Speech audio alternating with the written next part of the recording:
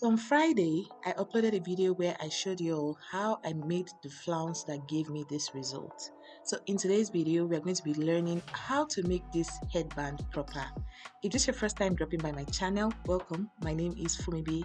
I make videos like this on how to make beautiful headpieces as well as sewing tips and tricks on here on my channel. Occasionally, I also share hair tutorials and vlogs on here on my channel. So if all the things I just mentioned are things that you're interested in, please be sure to hit the subscribe button down below. Also, be sure to tap the bell notification so you don't miss any one of my posts.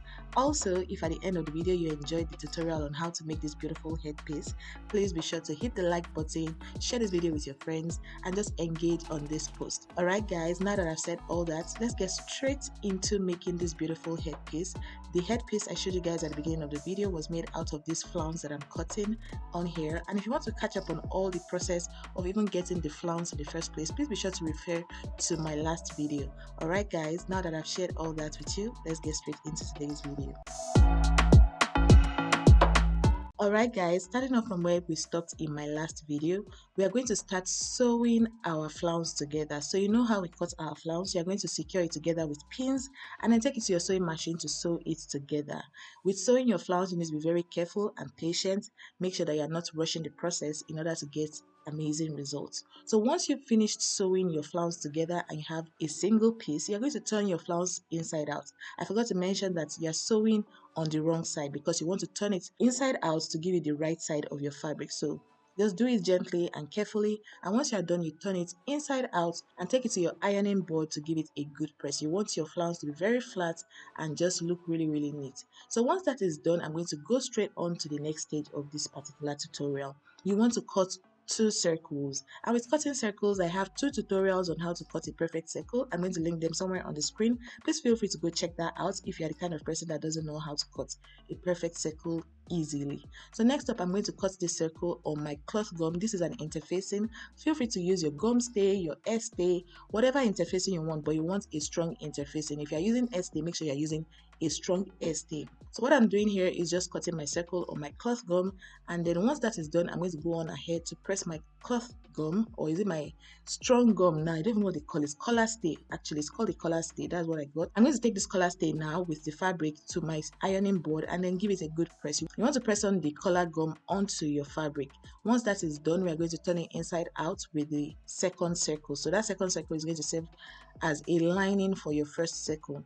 And with that as well, you put the fabrics right side facing each other, sew it all around, leave a space of about 2 to 3 inches to turn your circle inside out. Once that is done, you go on ahead to turn your circle inside out, and because of how thick my collar stay is, with turning the circle inside out was kind of a struggle, but don't worry, as usual, I prevailed and I was able to turn my circle inside out. Once that is done, I advise you give it a good press as well, because of how the process of turning your fabric inside out can be very stressful and it tends to squeeze the fabric. So you take it to your ironing board and then give it a good press and you're good to go. Once that is done, I'm going to go on ahead to take my circle to my sewing machine and then close up that space that I left for turning the circle inside out. And that one just requires sewing on about 1/4 of an inch to just close up the circle. All you want to do is close up the circle neatly. Next up, it's time for us to sew on our flounce onto this circle, and before we do that, we need to first of all mark the midpoint of this circle. Like I said, the radius of my circle is 4 inches, so you're going to mark that 4 inches and then basically draw a cross on your circle. The same way we achieved our flounce in the previous video, we are going to repeat that same process on this little circle right here. You're going to mark 1 inch, or depending on you and the kind of style you're going for, but for me in this video I'm going to be marking 1 inch all around my lines. But first of all, let me draw my lines so I don't get ahead of myself. If you've made it up to this point in the video and you're yet to subscribe to my channel, please, this is a call to action. Please be sure to hit the subscribe button, like this video if you're yet to, and share this video with your friends. Please be sure to share this video. Sharing helps this channel a lot. So what I'm doing here is I'm marking 1 inch all around the lines that I marked and then connecting those lines to each other. I'm not going to connect all the way through to the 4th line. I'm going to now extend that second line, extend it by about 1 inch and then connect it. So from there, I'm going to be marking 1 inch all around my lines in order to achieve the spiral that we achieved, something like what we achieved when we're trying to get our flounce. So just watch as I go. And with this part as well, I want you to note that this my method is not a hard and fast rule. Feel free to customize your headpiece to your own taste. If you want it bigger or smaller than what I'm doing, just reduce the measurements that I use and you achieve something like this still. Alright guys, now that I'm done pretty much marking the circle or the spiral now all around and there's no more space for me to go around, it's time for me to now figure out how I want to place my flounce on my circle. Feel free to use your knife pleats, your box pleats, whatever pleat works for you, whatever style you want. With this particular headpiece, there's no hard and fast rule. Just rock it and style it however you want. So for me, I'm just going to be pleating large plates and then moving it all around my circle. This process as well can be painstaking, but with patience and just taking your time to do it properly, you'll achieve something beautiful. So you're just folding over your fabric little by little. I hope you guys can see what I'm showing you. I tried my best with zooming and moving my camera around. I hope you guys are happy with how I'm showing you this sewing part. So you're just folding over your fabric and then just sewing all around patiently. Alright guys, this is another call to action. If you've made it up until this point in this video and you're yet to hit the subscribe button, please do well to help me. I'm on my way to 3,000 subscribers and we are so close. Please be sure to hit the subscribe button, share this video with your friends, also like the video. When you hit the subscribe button, please don't forget to make sure you tap the bell notification. That bell helps you know every single time I post a new video.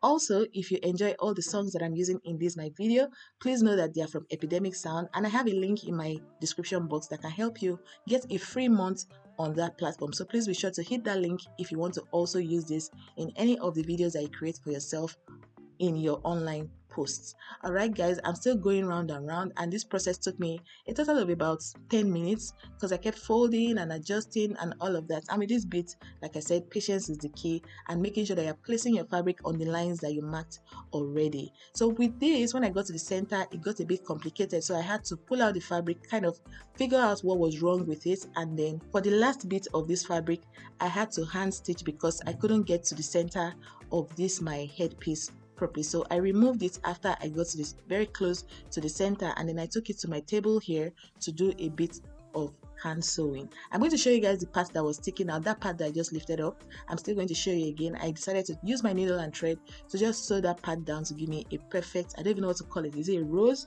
or something? Yeah, so this part that I'm showing you here, that's what I want to just hand stitch down onto this my headgear right here. Alright guys, so once that is done, there's still this midpoint in the center there that I didn't really get into, and for that part I'm going to get a piece of, I don't know what they call these things, just these claw stones, very shiny sparkly claw stones. So I'm going to just take that now and then place it in the center. There was another part sticking out the very beginning of this our spiral. It was sticking out, so I decided to do a bit of hand sewing just to sew it down. So this is the claw stone I was talking about earlier, this particular one, very shiny, very cute. It added a bit of size as well to this particular headgear. So I just used my glue gun to just glue it onto the center of this my headpiece, and that was it guys. That was pretty much it for how to achieve this particular headgear. If you made it up to this point and you're still yet to hit the subscribe button, please be sure to hit the subscribe button. What I have here is just a piece of hair comb. I don't know what they call them, these things that they use for hair accessories. So I'm just going to glue it on to the back of this my headpiece, and that's what is going to help me attach it to my hair. Feel free to attach a headband to this piece of headpiece, do whatever you like. The point is you want to find a way to basically attach it to your hair. And voila guys, this is the headpiece on myself. I just hooked that comb on my hair and that was it guys. Very fast, very easy. The only stressful part of making this headgear is getting your flounce up and basically cutting your flounce. Once you've done that, every other thing moves really quickly. If you enjoyed this video, please be sure to smash the like button. Also, if you've heard all my call to actions and you're still yet to hit the subscribe button, please be sure to hit the subscribe button. Share this beautiful tutorial with your friends that want to make something for themselves or that enjoy making things for themselves, and just engage on this post. Alright guys, I can't wait to see you in my next video. Love you guys so much. Mwah.